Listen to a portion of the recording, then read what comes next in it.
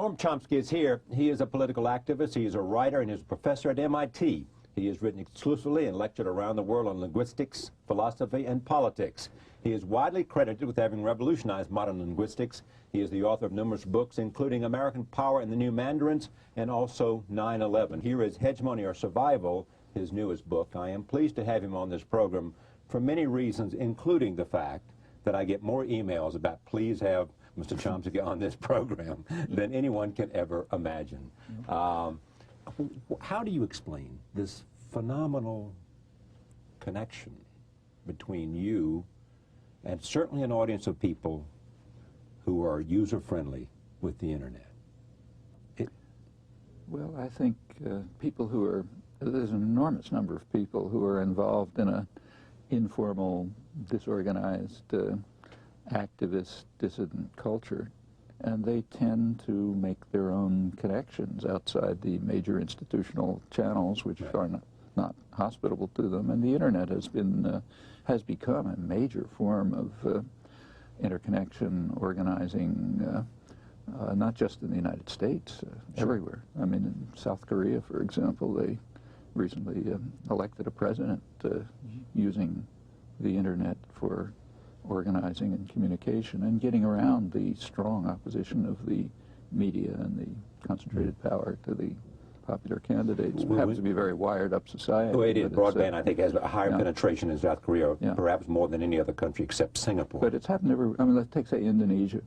When the Suharto dictatorship was overthrown in 1998, a lot of the organizing, a lot of it was student activism, and it was a very harsh, brutal society, but they did succeed through internet interconnections to organize political actions, demonstrations, other activities, and it was a major factor leading to the overthrow of the dictatorship. Well, Howard Dean, I suspect, would say that one of the primary reasons he has been able to get to this commanding position in the Democratic race for the presidency is the internet, allowing him both to communicate and to raise money. Yeah. It's had, I mean, it's a sort of a, can also be a lethal instrument, but... lethal in what way? Well, I'm sure you get, I don't want to guess how many emails you get, but it can be overwhelming. And a lot of material that one of the problems with the internet, I mean, it's the good part of it is it's free and open. Right, exactly. But of course that has a downside. That means that things go up that have no review or you know, support. And they clog the system. They clog the system, and so it's a mixture. But it certainly has been an extremely effective way of allowing people to participate actively in even in everything from industrial societies to very repressive societies. So take, say, the World Social Forum, which is a huge enterprise, 100,000 people last year. It's mostly internet organized.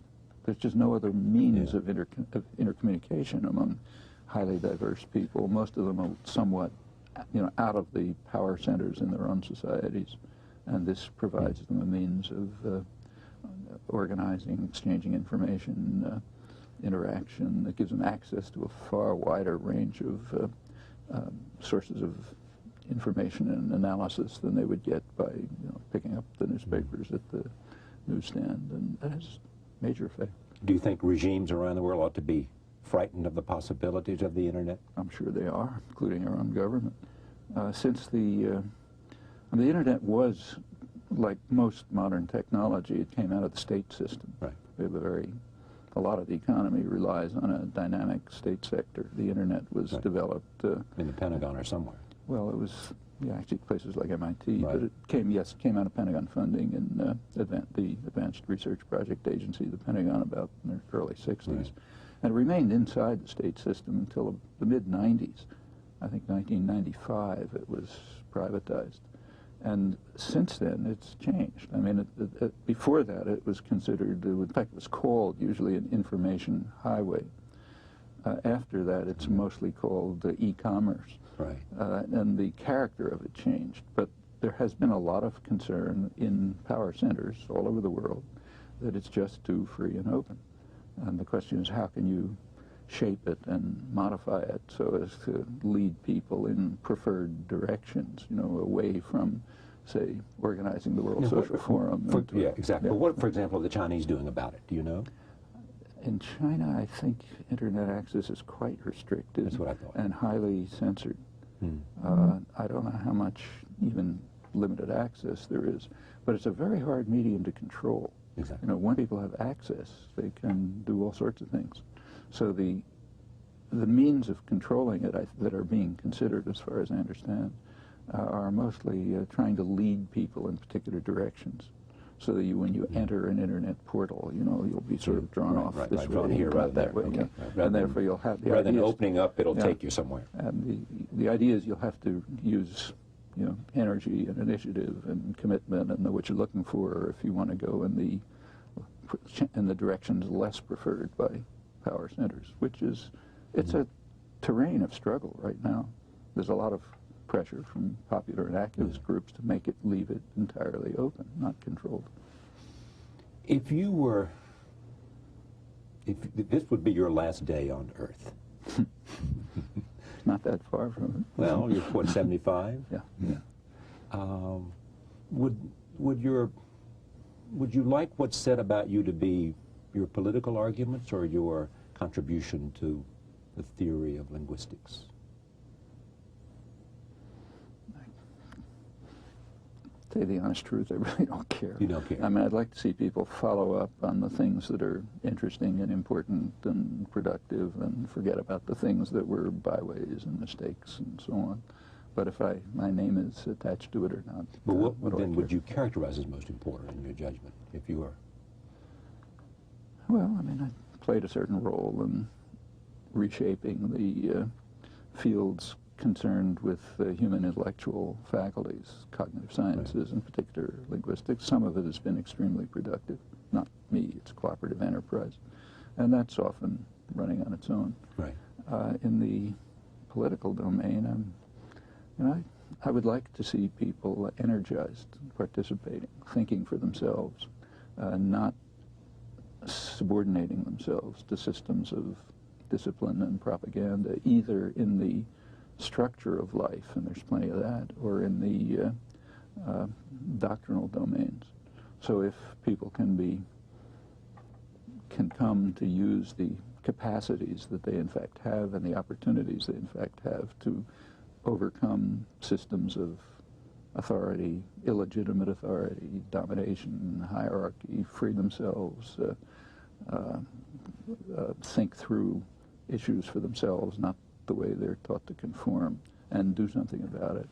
That's the best legacy I can imagine. As I said to you, and you said that, I know nothing about linguistics. One of many subjects I know nothing about, but especially linguistics.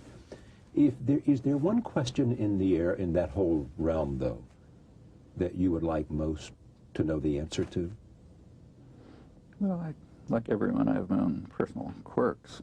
And yes, there are some questions which are big, mega questions. There are mega questions which are on the border of research. You can't really, they're a little beyond what you can study very much. You can pick away at them. But, well, one kind of question, which is a sort of a personal obsession, is that if you look at any language is a biological system. Right. It's part of it's like our immune system or visual system, just something humans have. It's highly specific to humans. There don't seem to be any counterparts elsewhere in nature. You're in New York because of our mutual friend Edward Said, who passed away a month or so ago, correct? Yeah, and you tell me just because you're here, your sense of what would you most want to say in appreciation of him? Well, Edward was an old friend. We were very close friends for years. We had a lot of mutual interests. Would that be culture, music, politics? Culture, politics mainly political interests, including his prime concern, also a major concern of mine, Middle East, but much broader questions of justice, freedom, oppression, which he was much involved in. Me too, and our paths often crossed. And then it was just a close personal friendship. Actually, he had arranged, we've never talked about this much, but back in the guess it must have been around 20 years ago or 25 years ago, he began arranging with meetings between high officials in the Palestine Liberation Organization when they were visiting New York, meetings with friends of his who were sympathetic to the Palestinians, critical of the PLO, to see if there could be some constructive discussion to suggest ways in which they could change what they're doing to achieve results which would make more sense for the people involved. And I was involved in some of those meetings. Anything come out of it? No. I have to say no. What do you think of the Geneva Accord that they've been working on? Current Geneva Accord? Yes, exactly. Well, it offers better than some they real have. hope. Yeah. It's a great improvement over the Camp David proposals, which were completely unacceptable back To the in, Palestinians. Yeah, they made no sense. You know, I mean, Jimmy they Carter could've- said that today Did he? on a recent appearance on this program. Oh, really? Well, he's quite right. And as soon as you look at a map of what was proposed, you see that it was absolutely unacceptable. I mean, it broke up the, and there's a lot of talk about percentages and so on. That didn't mean a thing. If you looked at the actual maps that were discussed, which unfortunately were not easily available in the United States, they should have been, but they weren't. As soon as you look at the maps, you see that what in effect it did was break the West Bank into 3 pretty separate cantons. So these were not contiguous territories. Well, they were technically contiguous, but only way around the edges. If you wanted to go from, you know, Bethlehem to Ramallah, you were going to have to go way to the east. And so there were 3 effectively separated territories, all, again, effectively separated from a little part of East Jerusalem, which is the traditional center of Palestinian cultural, educational, commercial existence. And it was a kind of a Bantustan situation, as was discussed in Israel at the time. And of course, it was all separated from Gaza. Well, you know, actually the meaning of that was described by President Barak's right. chief negotiator, Shlomo Ben-Ami. Right. And Later, foreign minister. Yeah, and he was the negotiator at Camp David, Right. and he was an academic, and shortly before he entered the government, he wrote a book about it in Hebrew, in which he said the goal of the whole Oslo process, then leading to this, would be what he called a permanent neo-colonial dependency. The Palestinians would be a neo-colonial, effectively modern colonial dependency permanently. And in fact, that's what the proposal was. And it couldn't work. However, after the Camp David proposals broke down, this is now September 2000, August, September 2000, that's when the current Intifada started. But negotiations continued, and they made some progress. In January 2001, there were meetings in Taba, which led to informal meetings, but with fairly high-level people on both sides. And they made considerable progress towards a more acceptable 2-state settlement. But it was too late then because the Israelis were into their election. They were into the election campaign, and Prime Minister Barak canceled the meetings, and after Sharon was elected and the violence began to escalate, they were never picked up. Everyone assumed, I assumed too, that they were never continued. However, it turns out now we have learned that contacts did continue. And the Geneva Accords that you mentioned are the results of these continuing contacts. And they make considerable progress beyond the Taba. The Geneva Accords hammered out by Yossi Beilin and other Israelis in over 2 years with Palestinians who I'm not sure in part may have been members of the Palestinian Authority or not. I don't know. Some had been, but all are close to it. Yeah. I mean, they're as close to the center of Palestinians don't have a state, so they have an informal authority, but they were as close to the central part of it as the Israeli negotiators were to the Israeli government. In fact, probably closer. You know. Your friend, the late Edward Said, didn't have much to say good about Yasser Arafat. No. Nor did I. Nor do you. No. In fact, we were very much in accord about this for a long time. Some of But a real disservice to the Palestinians. Well, it's I don't think one can say that exactly. Why is that? because he's also a symbol. Without him as a symbol of I'm not making a Palestinian, statement, I'm asking. yeah. So Look, he remained a symbol of Palestinian nationality, struggle, refusal to submit. That's important. Right. I mean, whatever you may think of him personally, just serving the role of enabling people to resist harsh oppression, probable destruction, which was the goal. That's significant, whatever you think about his particular decisions and choices. And of those, they're a mixture. So I wouldn't, I mean, I was always harshly critical. You look at what I wrote back in the 60s, it was critical. Nevertheless, there's a strain which was on the right track. So in the mid-1970s, Arafat did recognize that the settlement would have to be a two-state political settlement. There was a Security Council resolution debated in January 1976, which was supported by the PLO. They publicly supported it, which called for a two-state settlement on the international border with full recognition of Israel's rights to peace and security and so on and so forth. That was a good resolution. Unfortunately, the U.S. vetoed it. And then there was a process for a number of years in which Arafat, in his complicated way, of which there's much to criticize, nevertheless, one theme that ran through it was trying to press for such a settlement. The reason Israel invaded Lebanon in 1982 was to try to prevent these efforts at diplomacy to continue. In fact, they said so publicly. It was an invasion to secure the West Bank. The invasion of Lebanon. Yeah, which is where the Palestinian PLO was sort of based. Right. And they wanted to destroy it was called, by the High Command, in fact, a war for the West Bank. We have to stop the negotiations and the diplomacy, which was becoming an embarrassment. And let's get back to terror. They're happier with that.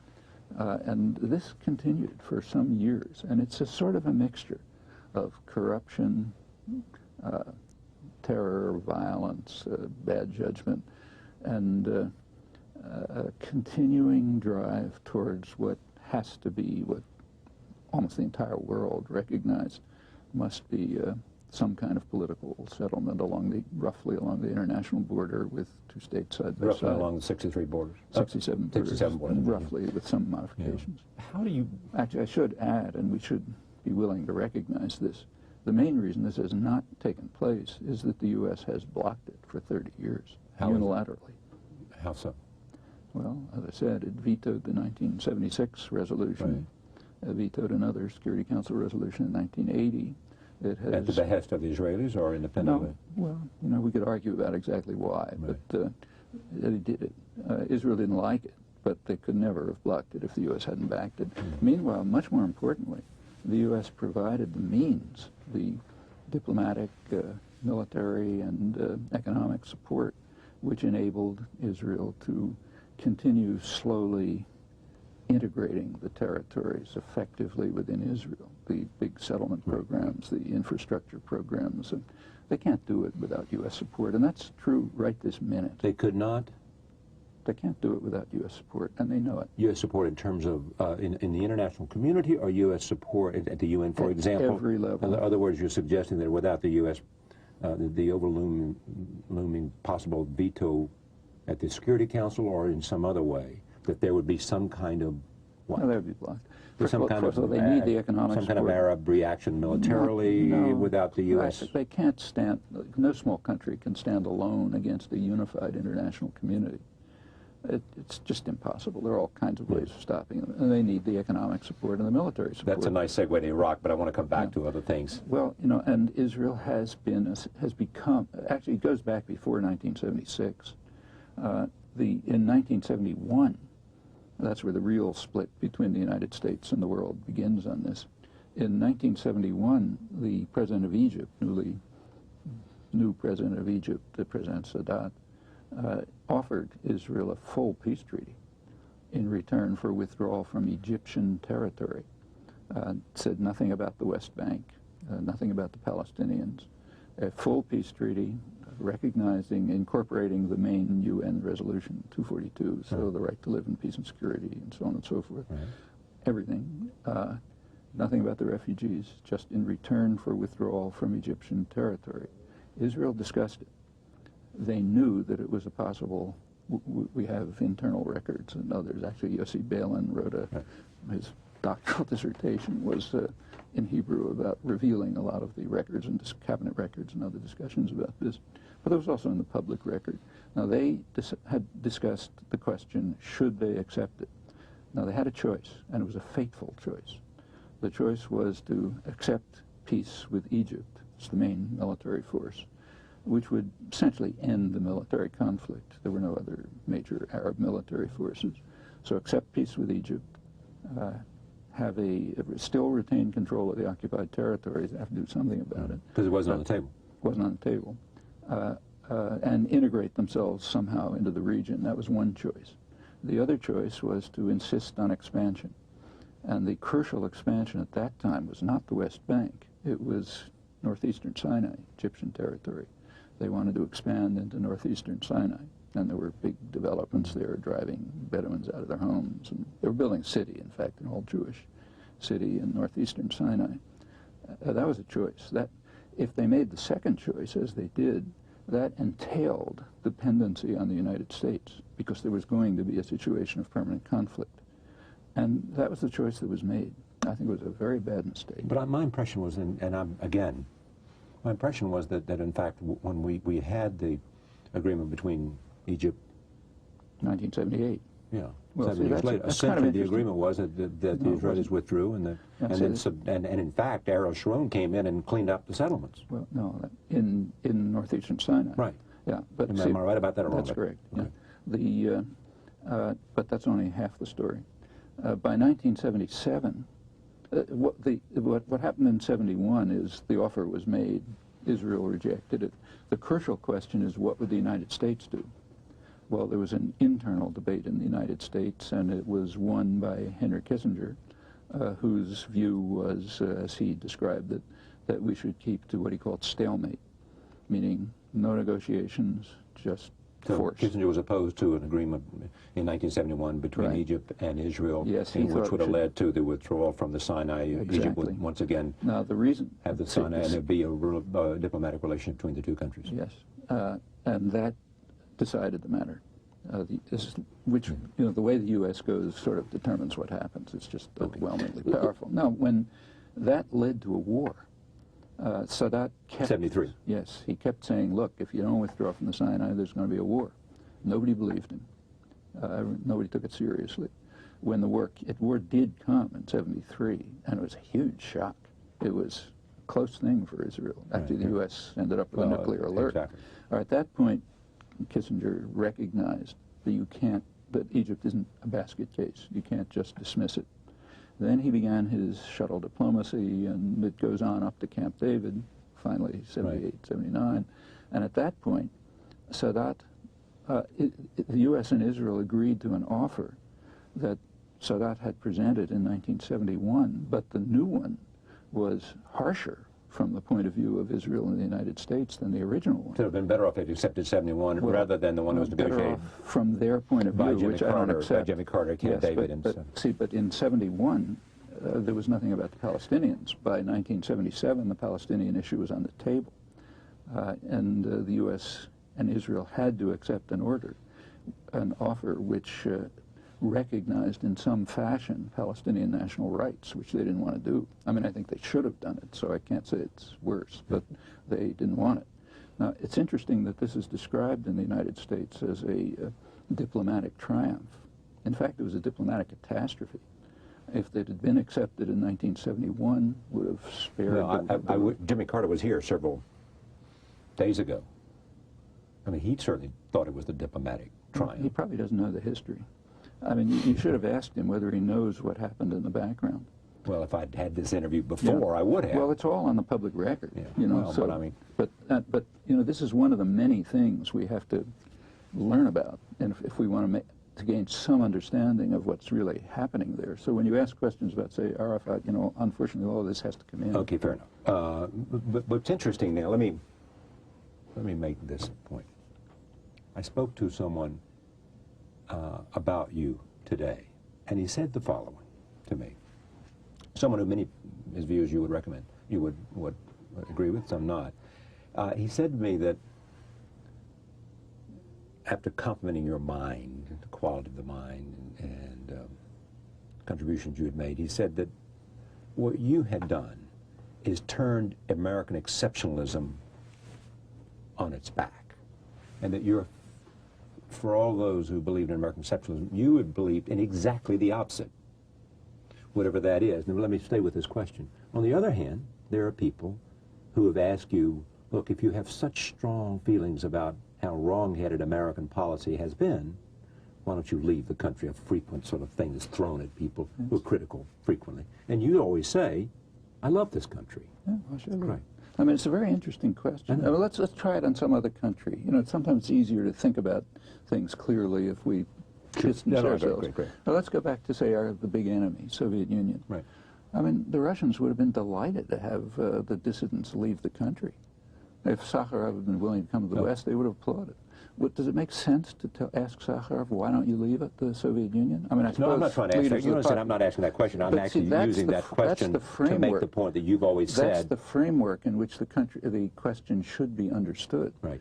It's assuming that you can't have a democratic society. You stay and fight for values because you love the country. And you think that the country ought to live up to these values. And there are, you can't rank countries A, B, C, D. Countries have all sorts of properties. There's a culture, there's a society, there's modes of interaction, and so on. A lot of the things that are simply achievements. I mean, take, say, protection of free speech. Right. It's unique in the United States. There are a lot of great things that have been achieved. There are a lot of rotten things that have been done. If you have any concern about the country, meaning its people, its culture, and so on, you want to save and extend and amplify the achievements and modify the and you would put crimes. the protection of free speech high up on that list. Very high. And it's not the only one. Okay, well, tell me more, and then we'll come to some of the criticisms that you have made about American imperialism and the like. See, we have to make a distinction between state power and a country. They're different things. I understand the difference, but it's often not distinguished. If you criticize state policy, you're not criticizing a country. I understand that too. I mean, frequently when you're traveling around the world, as I do, people say, I love, America. I'm just having hate the policy. I hate the policy. Sure. And we're responsible for the policy. It's a free country. We can't say, I don't have any responsibility for the policy, because we do. We may not know about it, but then we should find out about it. And if we decide we don't like it, we should change it. In fact, take a look at the question we've just been discussing, two-state settlement. Right. About 2/3 of the American population supports the international consensus on this, and long Which has. is there ought to be a two-state solution. Roughly the 67 borders. Right. And it's kind of interesting to look at the polls. I mean, polls you find roughly 2/3 of the population saying, yeah, they support that.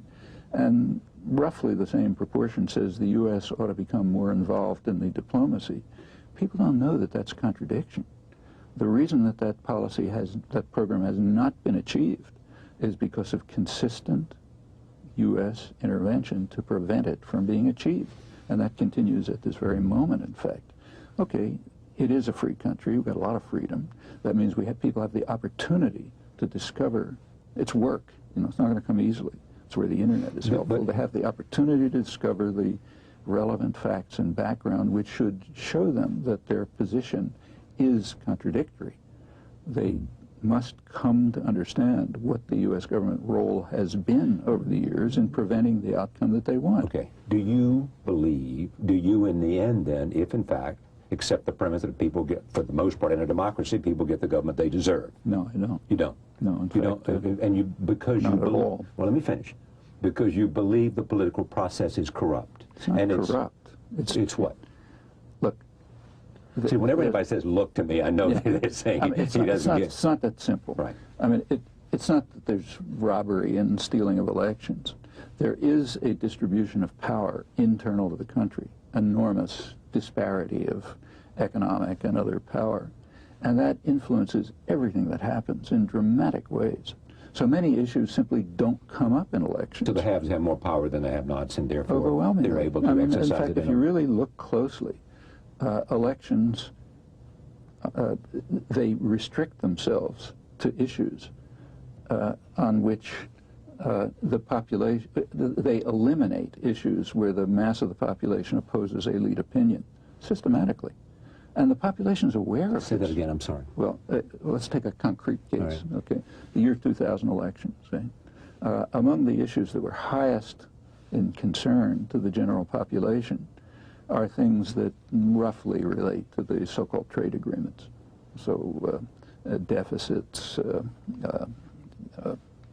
overseas investment, transfer of jobs, lots of topics like that. Right at that time, there was a plan for an international hemispheric conference at Quebec, Hemispheric Summit, a few months later, which was intended to extend the NAFTA-type agreement to the whole hemisphere. Now, these are issues of enormous concern to right. people. Did it come up in the election? No. And there's a reason why it didn't come up in the election, and it's consistent. On those issues, the public tends to oppose policies on which there is an elite consensus, and therefore it doesn't come up in elections. Well, that's part of the reflection. But I mean, let me just make sure I understand. How do you stand yourself on the NAFTA agreement? I agree with the general population. I think if you agree with the general population whose view is critical of it because it's the wrong agreement. If you go back to 1990, 10 years ago, when the NAFTA agreement was coming along, there were serious critical analyses of it, which were in favor of a North American free trade agreement, but not this one. The analyses came from the labor movement. They came from Congress's Research Bureau, the Office of Technology Assessment. Pretty much the same analyses said, yeah, a North American economic agreement would be a good idea, but this one is designed as effectively an investor rights agreement. It privileges rights of investors and lenders, and it marginalizes the rights of people. And were you worried about the loss of jobs and those kinds of issues that became a political football? The unions essentially were opposed to it. That's the story, but it's not true. No, not true. In other words, you're saying that then they misled us when they made that argument? No, the unions did not make that. They never made an argument that we were opposed because of jobs. They mentioned that, but the labor movement had an official position. It was produced by the Labor Advisory Council along detailed analysis, and it was a very sensible position. It was never given, it never entered the media discussion. It was never given any publicity. The labor movement was accused of crude nationalism, this, that, and the other thing. That was not their position. Their actual position never made it to the public agenda. And the same is true of Congress's own Research Bureau, which had a rather similar analysis. Yes, in favor of a NAFTA-style agreement, but not that one. It's kind of interesting that a few days ago, the Carnegie Endowment released an analysis of NAFTA, saying a fairly critical analysis. It was reported in the press, making some proposals as to how it should have been done. And those proposals, though they didn't say so, happen to be very similar to those that were proposed by the labor movement and Congress's Research Bureau 10 years ago, but didn't enter the political discussion, was not mentioned in the media, for example. Well, this is only one example of which there are numerous ones. Basically saying that what you're arguing is that people are not getting the information they need to make wise choices. They aren't, nor in fact are they given the choice. They aren't given the choice. The choice between who are the two parties nominated in an election. No, that they have, but the two parties represent essentially the same concentration of interests. Look, concentration of economic power. Look, the United States is essentially a one-party state. It has two factions of the business party. In fact, one of the leading political science analyses of the nature of the U.S. party system by a fine political scientist at the University of Massachusetts, Tom Ferguson, is what he calls the investment theory of politics. Investors get together to invest to control the state. Well, let me ask you this. Let's take 2 or 3 countries where you and I know, okay? Yeah. We have 2 parties in the United Kingdom, right? Mm-hmm. We have the Tory Party and the Labour Party. Would you say the same thing about them? Essentially? It depends when. By today it's close to true. Okay. In France, you have a Socialist Party and the Chirac Gaullist Party. Essentially the same. I mean, there's not a whole lot of differences there. I mean, they have 35-hour week. But in Spain, we have Socialist Party. You know? Well, I would suggest we take... Is it any different in any of those countries in terms of how much difference there is between the two parties? Because let me make this argument with you and just get the... Essentially, in most countries, the battle in politics is for the center, is it not? In most places. Now, that doesn't mean that... That's simply not true. I mean, there are countries that have a much more lively democratic culture. So let's take a country that has a really lively democratic culture, much more than we do. Like? Brazil. Okay. Brazil is a rich, potentially rich, important country. In Brazil, something just happened recently, which should humiliate us. They give us a real lesson in democracy. In Brazil, popular movements, large-scale popular movements, which had been developing over 20 years, reached a scale where they were able to elect a populist president over the opposition of highly concentrated capital and media concentration. We can't even dream of that. Well, that's a functioning democratic culture. Let me stop you for a second. Let me just get a couple of questions in. Number one, I asked that question recently of Gary Wills was here. You know, why haven't we seen in the United States more success by a powerful coalition, essentially coming from the left, but not necessarily defined by what the conception, traditional conventional wisdom might be of the left, of labor, minorities, poor, we have black and white. We have seen it. What was it the last time you saw it? A number of times. We saw it in the 60s. That's where the Great Society programs come from. We saw it in the 30s. That's where the New Deal comes from. And in fact, this is a battle that goes back to the origins of American history. You know, the original constitutional framework, the way Madison... The author of the Great Society programs was Lyndon Johnson. That's right. And the programs are not initiated by leaders. That's a serious misunderstanding. Well, those programs were initiated primarily by people who actually, many of them who'd served with FDR. See, that's a serious misinterpretation, I believe, of the way the political system works. Leaders may sign their names and they may push programs, but they do it because a popular constituency is compelling them to do it. That's the way changes take place. I mean, if there's a large-scale popular movement and there are pressures, there'll be somebody who'll say, I'm your leader. But, you know, I'll sign since you've made the Great Society... And what happened in this, the programs that came out of the so-called Great Society were the result of popular ferment and activism and changes that were taking place, significant changes that were taking place in the 1960s, which very much democratized the society. And it led to these programs. Since then, there's been an enormous counterattack from business sectors trying to beat it back. And that's the course of history.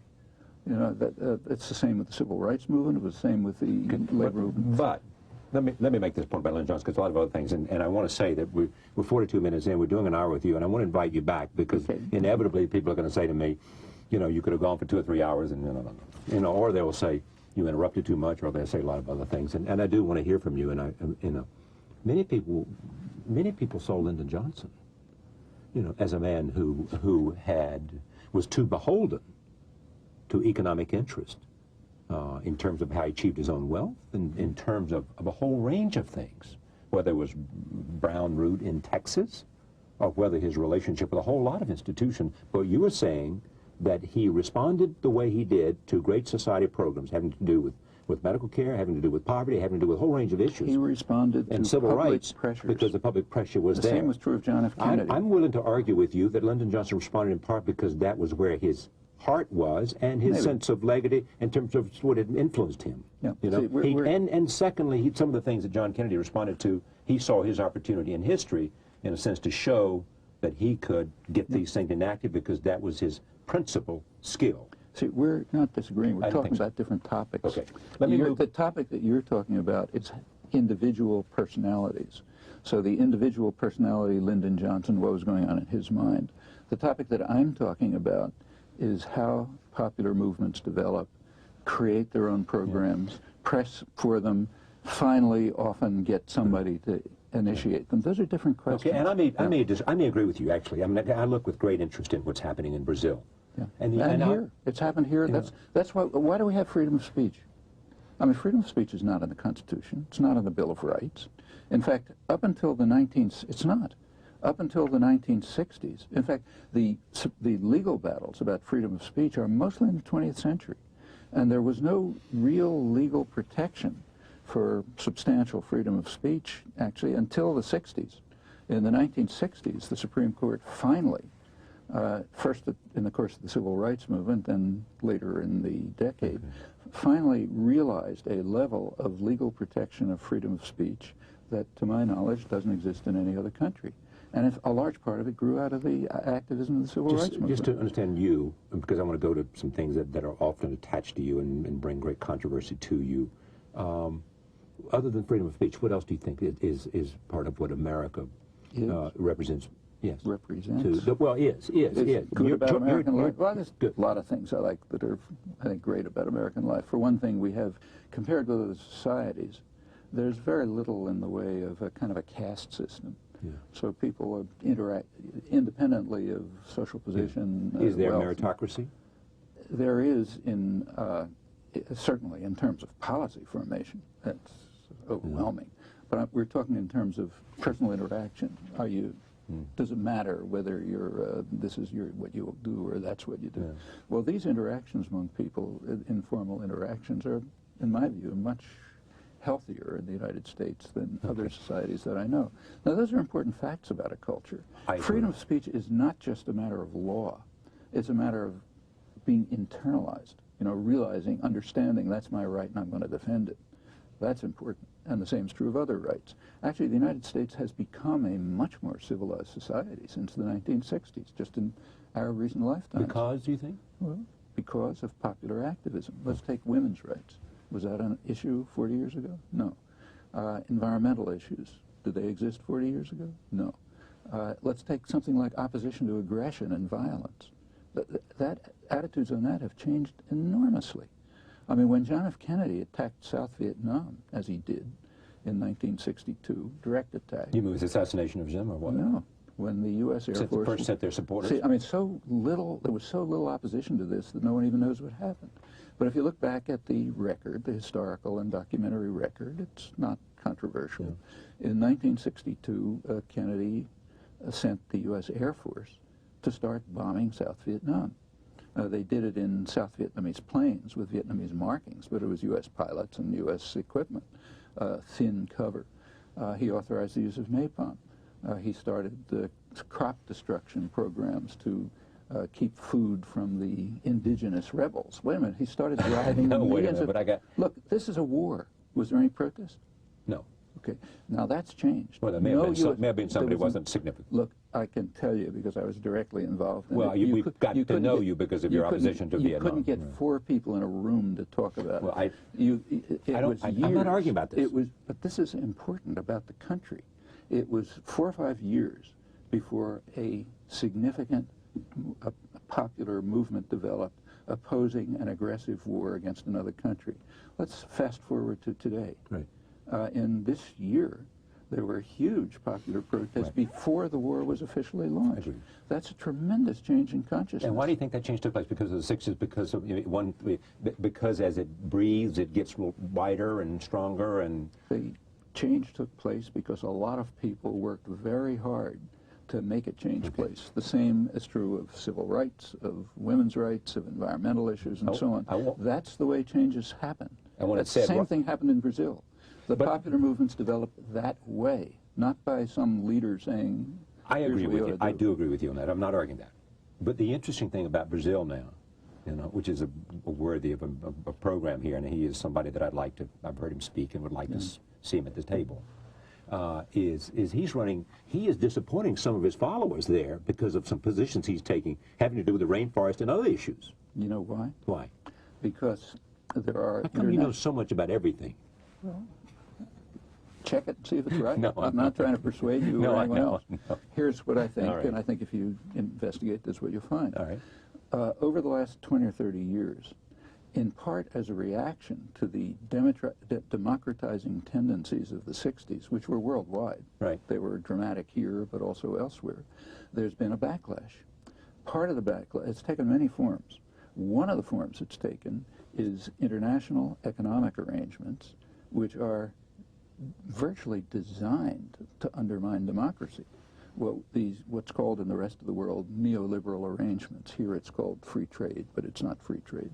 the array of international arrangements that's sort of formalized in the World Trade Organization. Those measures, if you look at them, it is well understood that they undermine democracy. One of the first measures that was taken in the early 70s, initially here, but then everywhere, was to free up flow of financial capital. Right. I need to move on only because I got a few minutes. That's my point. Well, just once, I won't try to explain anything, but let me just say that if you look at these arrangements, you'll find that they undermine democracy and they place countries in a stranglehold in which they cannot follow the policies of the overwhelming majority. And that's what's happening in Brazil, and that's why Lula's disciplining his constituency. Okay, fine. I'll move on. I talked to someone else, knowing that you were coming in. They said, you know, I was in Iraq recently, and I met no Iraqi who said the war was a mistake. Lots of them, in the idea of overthrowing Saddam, even now, and many of them wish the United States would leave. Many of them are terribly disappointed, upset, opposed to the way things are going. But this person said, I didn't meet anyone. Tell me how you feel about the use of American power in overthrowing Saddam. Was it because it violated your own sense of international law? Was it because that we didn't have, it wasn't a UN initiation? I'm not going to be able to answer the question because the assumptions are wrong. Okay, go ahead. The United States was not in favor of overthrowing Saddam Hussein. In fact, George Bush made that explicit. It said, Sorry, at the Azores summit, a couple of days before the invasion started, Bush and Blair were there, and they issued a declaration in which Bush said, even if Saddam Hussein and his family leave the country, we're going to invade anyway. And in fact, that's consistent with a long-standing U.S. policy. You're right that I'm sure every sane person in Iraq wanted to get rid of Saddam Hussein, just like I have for 20 years, just like we all have, as a murderous tyrant. Why is he there? Why wasn't he overthrown? Or to ask another question, why do the majority of Iraqis, when Iraqis are, we have the published polls, Iraqis are asked, who's your favorite foreign leader? The favorite foreign leader of Iraqis, according to U.S.-run polls, is President Chirac of France, who was the symbol of opposition to the invasion. George Bush is far below, Blair even less below. Nevertheless, the same polls say, yeah, we're glad to get rid of Saddam Hussein. Well, if we want to think about this, we'll be able to figure out what's happening. Sure, they would like to get rid of Saddam Hussein. They would have liked to have gotten rid of him years ago. I mean, in 1991, they almost did get rid of him. But the U.S. supported Saddam so that he could crush the rebellion, which probably would have overthrown him. And we know why. Well, I'm not sure they supported him so that he could crush the rebellion. Him. They effectively authorized him to crush the rebellion. I'm not sure that many people... but you got let's look back to the... At least let me make one point. Yeah. Is that, I mean, it clearly was a mistake in 1991. Well, was it a mistake? Sure it was. To allow him to crush the rebellion. Yes, I do too. Did George Bush think it was a mistake? No. Did Thomas Friedman of the New York Times think it was a mistake? I don't know. I can't speak for George Bush and Thomas Friedman. Well, did the press think it was a mistake? I mean, just take a look back and look at the analysis. And to allow him to have helicopters and be able to crush the... Take a look at the analyses. The Shias and who George Bush had asked to rise up? Let's take a look at the analyses at the time. That's what we should be looking at. You can read it in, say, the New York Times, the most important newspaper in the world. Their analysis was, Alan Cowell, their Middle East correspondent, that much as we dislike the atrocities, there's an overwhelming consensus that Saddam Hussein offers more hope for the stability of the country, stability is a kind of technical word, stability of the country than the people who are trying to overthrow him. In other words, we'd rather have him than the people who are trying to overthrow him. Thomas Friedman, Thomas Friedman, who was chief diplomatic correspondent, wrote, the best possible solution for the best possible world for the United States would be an iron-fisted military junta ruling Iraq the same way Saddam Hussein did much to the satisfaction. Well, I'm sure. I know Mr. Friedman, and I am sure he did not mean using the torture and using the technique. Yes. Then why did he say it? Well, but he may very well have believed that he may very well. First of all, I'm leery of speaking for anyone like this, right, of George Bush or Tom Friedman. But he may very well have meant that Iraq, because of whatever fears he had, that it would break up the Balkanization of Iraq, and therefore it needed a Tito-like figure. Let's say he may have meant that. Let's say you're right, but then see, that means that from the point of view of U.S. policymakers and U.S. commentators, it wasn't a mistake. I think it was a mistake. You think it was a mistake, but they didn't. Right. The analysts and the policymakers thought it was right. Well, they preferred, and then let's look at the next. I bet you the neocons, who you find so much fault with now, did not think it was a mistake. Well, we don't know. The Wolfowitz of the world probably don't think it was a mistake. Well, let's take a look at the Wolfowitz. Not to have overthrown Saddam, because they've been driven by overthrowing Saddam since 1991. You'll agree with that, won't you? No, I don't. That they haven't been driven by the notion? It's just too narrow a question. Let's take a look at the Wolfowitzes of the world. Okay. He has a record, right? Right. His record is, for example, strong support of General Suharto, who is certainly when he served in Indonesia. And afterwards, up until 1997, a couple of months before Suharto was overthrown, he was still praising him. Suharto was a mass murderer, probably worse than Saddam Hussein. He came into power killing a couple 100,000 people. He ran a regime of vicious torture and oppression. He invaded East Timor, practically destroyed it. His torture and massacres were going on right to the end of his rule. Wolfowitz was praising him because of his contributions to the growth and development of Indonesia. At that time, Wolfowitz served as ambassador to Indonesia. This started when he was in the State Department with responsibility for Asia, Southeast Asia in particular. Went on, he was in as ambassador to Indonesia, and it continued through his post-government service. I think he was dean. That's Indonesia. That's only one example. As under his watch, as State Department high official in the State Department with responsibility for Asia, the Reagan administration, under his watch, supported a whole range of murderous dictators, like Chun of South Korea. Support him up to the end. Okay, I'm not sure. I remember Chun, and I'm not sure when he came in and when he didn't have. But there were a whole series of American administrations, which is your point exactly. A whole series of American administrations supported a whole series of leaders in South Korea. Absolutely, and Wolfowitz was in charge, almost in charge, second in command of the State Department, right up to the end. Marcos in the Philippines is another. Now, there are all kind of fake stories being concocted about this now, but I would urge people to go back to the original record and see what happened. All right. This book, Noam Chomsky, Hegemony or Survival, America's Quest for Global Dominance. We'll talk more about all these issues with him and others. I thank you for coming. Great. Pleasure to have you on the program. Thank you very much. Good. Thank you for joining us. We went the hour. More to be said tomorrow night. Tony Morrison is here and others. See you then.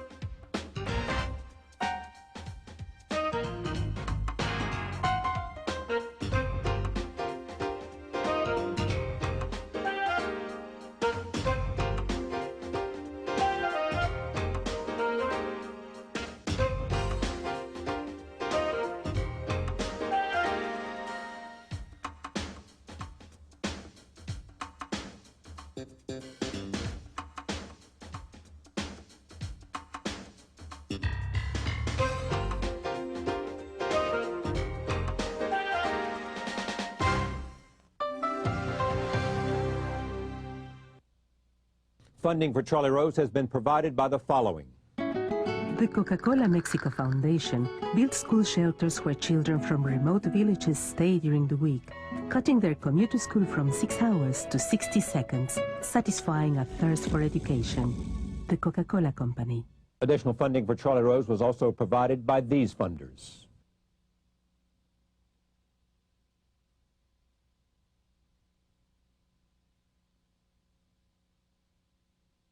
And by Bloomberg, a provider of multimedia news and information services worldwide. We are PBS.